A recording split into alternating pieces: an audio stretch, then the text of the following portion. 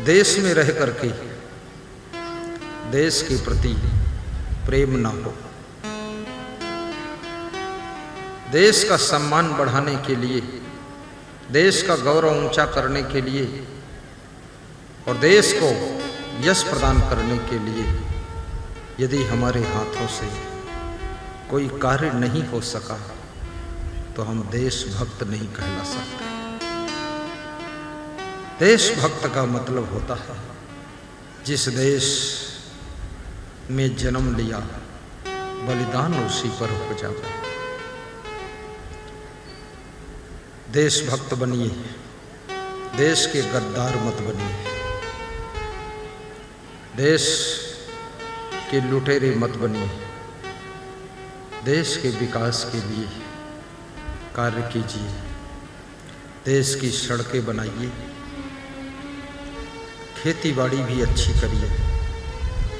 हर व्यक्ति की जवाबदारी है, देश के विकास में हर व्यक्ति का योगदान है। जो जहां है वो वहीं पर अपना अपना कर्तव्य ठीक से निभाए।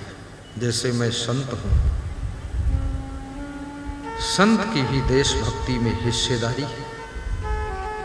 जिस देश में आप प्रवचन करते हैं, जिस देश में आप रोटी खाते हैं, जिस देश की धरती पर सोते हैं और जिस देश की सड़कों पर चलते हैं और जिस देश के सुगंधित फूलों की खुशबू लेते हैं, हे संत देवता, आपकी जिम्मेदारी है कि देशवासियों को भटकने से बचाना, देशवासियों को सही रास्ता बताना, देशवासियों को भक्ति की गंगा में डुबकी लगवाना, देशवासियों की बुराइयों को छुड़ाना और घर घर में सुख शांति की सुगंध फैलाना। ये संत देवता की जिम्मेदारी है। संत का सम्मान हम फोकट में नहीं करते हैं, इनको माला पहनाते हैं, संतों के चरण छूते हैं, संतों का आदर करते हैं। क्यों? इनका आशीर्वाद पाने के लिए, इनकी कृपा को लेने के लिए, इनकी वाणी को सुनने के लिए, इनके दर्शन के लिए, और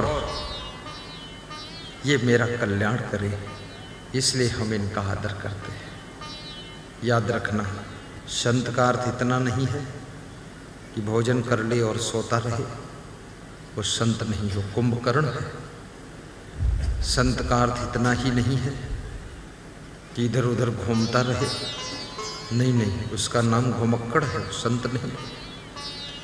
संत वह है जो बिना उद्देश्य के ना तो एक कदम चलता है, ना एक विचार को अंदर लाता है, और ना तो हाथ से कुछ करता है।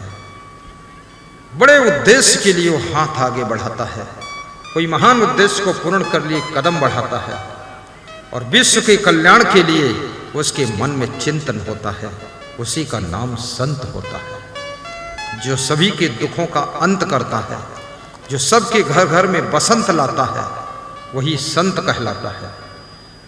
आज देखिए, हमें शशिकांत जी, इंद्रदेव जी कह रहे थे कि गुरुदेव, इस साल तो छोटा कार्यक्रम है, ये अगले साल बड़ा कार्यक्रम करने की इच्छा है।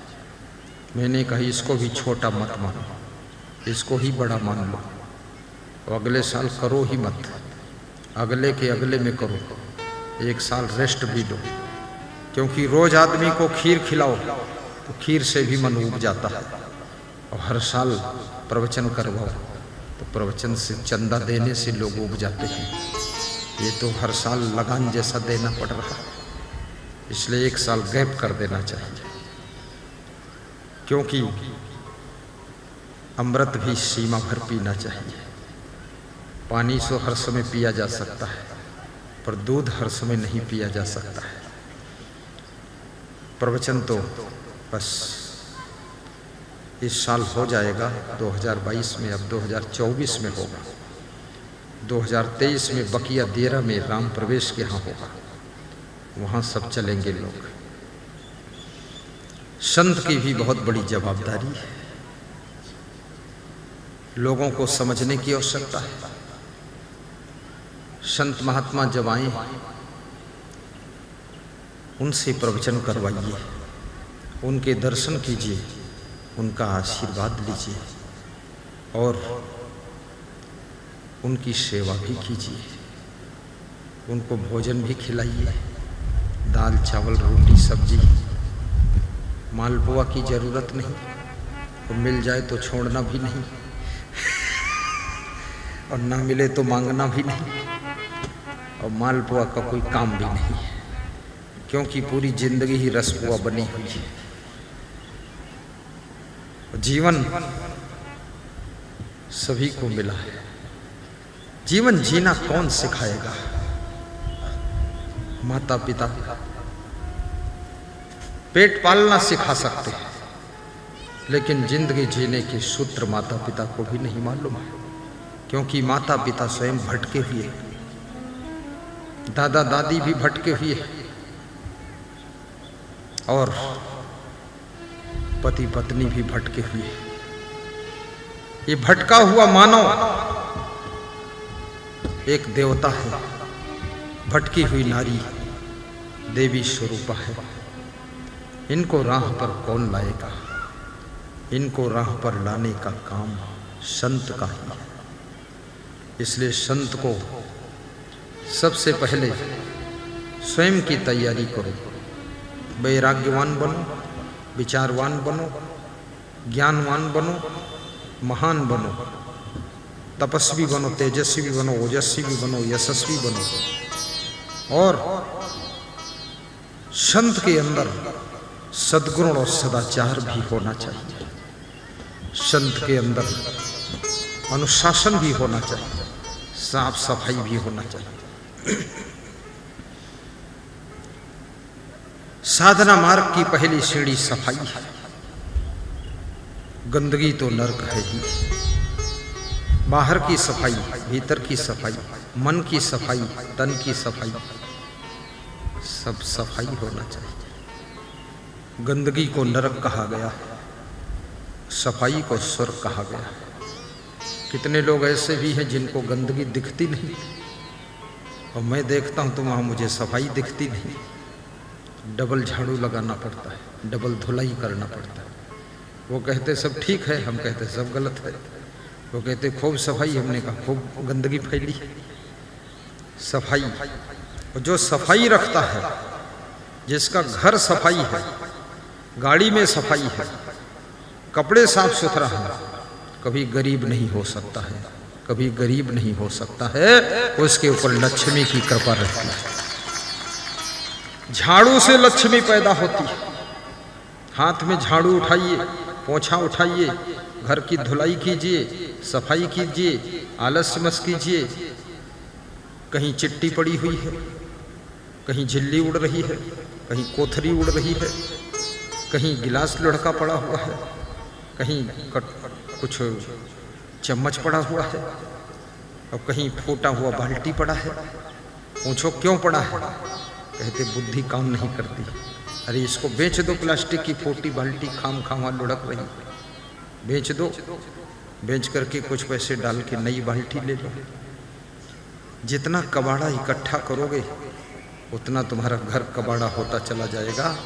कबाड़ बेच करके ठीक ठाक सामान रखोगे तो घर उन्नति करता चला जाएगा, घर उन्नति करता चला जाएगा।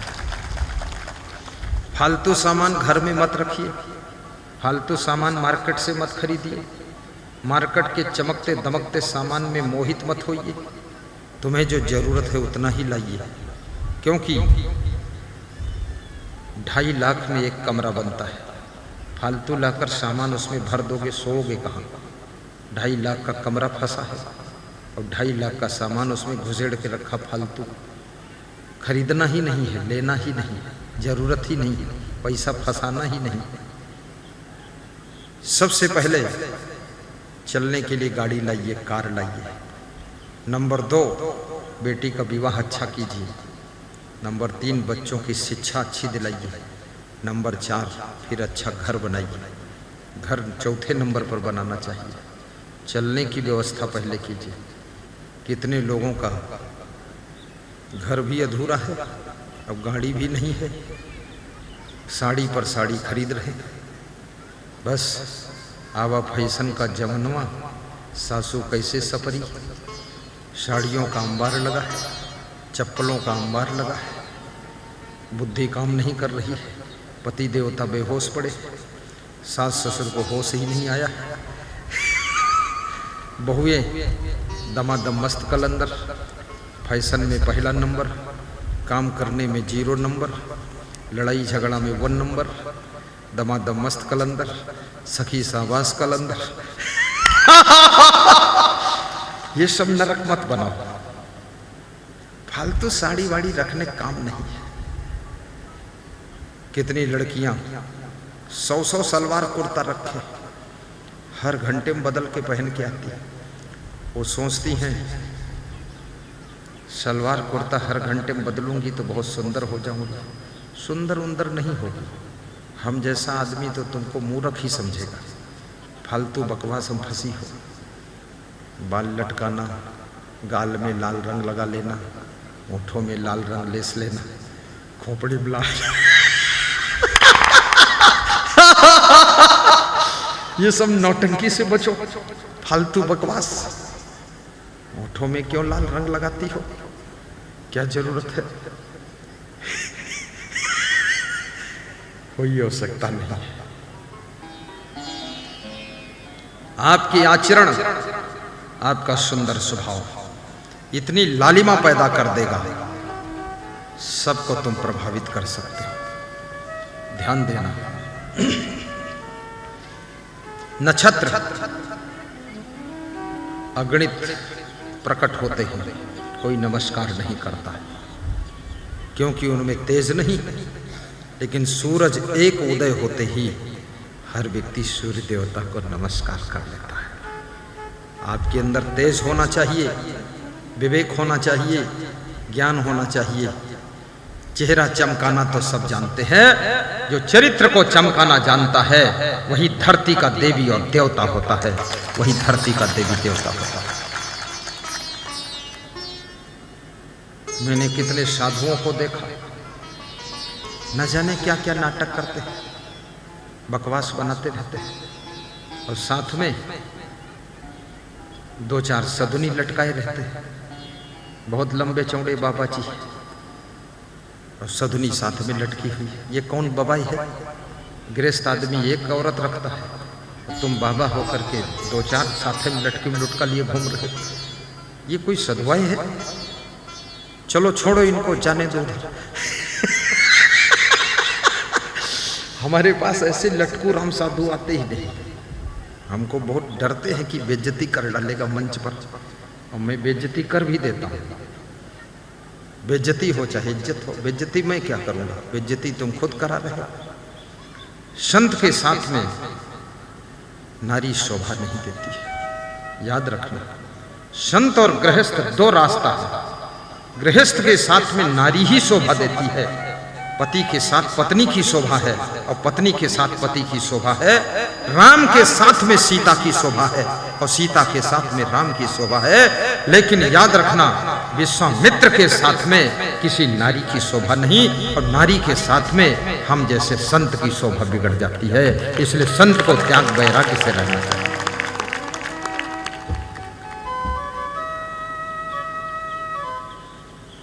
मैं जब संत बनने लगा तो मेरे पिताजी ने कहा संत मत बनो। तो हमने कहा क्यों?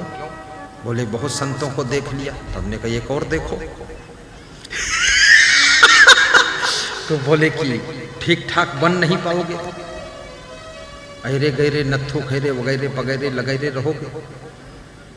हमने कहा हर आदमी को एक समान नहीं समझना चाहिए। आप पिताजी जरूर हो, लेकिन आपको पता नहीं है कि कौन आत्मा तुम्हारे द्वारा जन्म ले चुकी है। जब मैं बनूंगा तो पता चल जाएगा तुमको। बोले अगर गलती कर दिया तो? तुमने कहा करेंगे ही नहीं तो क्या करना है उसमें, तो शब्द क्यों लगाना है? तो बोले चलो बनो, जा करके देखो, गलती नहीं होना चाहिए, कोई औरत के पचड़ मत फंसना। हमने कहा औरत में है क्या? जिस औरत ने हमको जन्म दिया, जिस माँ के पेट में 9 महीना रहा, जिसकी गोद में खेला हूं, जिसके स्तनों का पान किया हूं, जिसके कंधे में बैठा हूं, वो भी तो औरत थी। और जिस बहन के गोद में खेला हूं, वो भी तो लेडीज थी। क्या है, सभी नारियों में माँ और बहन का दर्शन करूंगा, मन कभी गंदा होगा ही नहीं। वही भाव था। अपने भावों को सुधार लो।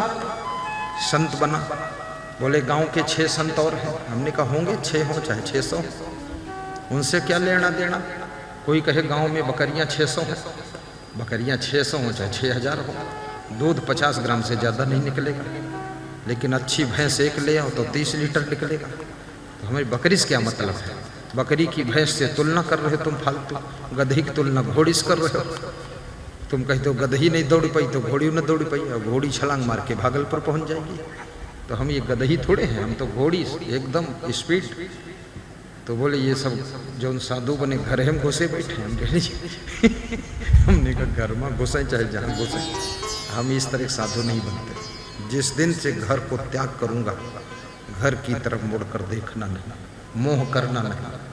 क्या करना वहाँ भाई भतीजों में। मेरे हिस्से की जमीन मिल गई भाइयों को, फिर भी वो उन्नत न कर पाए, इसका मतलब उनकी किस्मत फूटी। इसका मतलब वो कोढ़ी लोग हैं, कुछ करने नहीं चाहिए। उसके पचड़े में हम क्यों फंसा। और मेरे को कुछ घर सब छोड़ के आ गया, और मैं संत जीवन में मेहनत किया और यहाँ उन्नत कर दिया। तो ये मेरी किस्मत है, मेरी मेहनत है, मेरे गुरु की रहमत है, भक्तों की खिदमत है।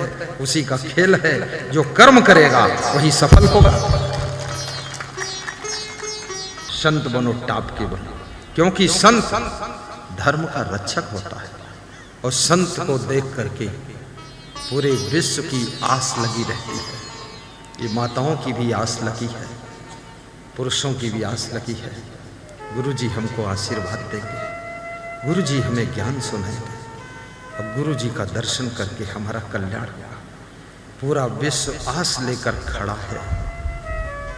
संत कितना बड़ा है, और संत से जो जुड़ा है वो बुराइयों से मुड़ा है, और उसका जीवन धन्य हो गया है।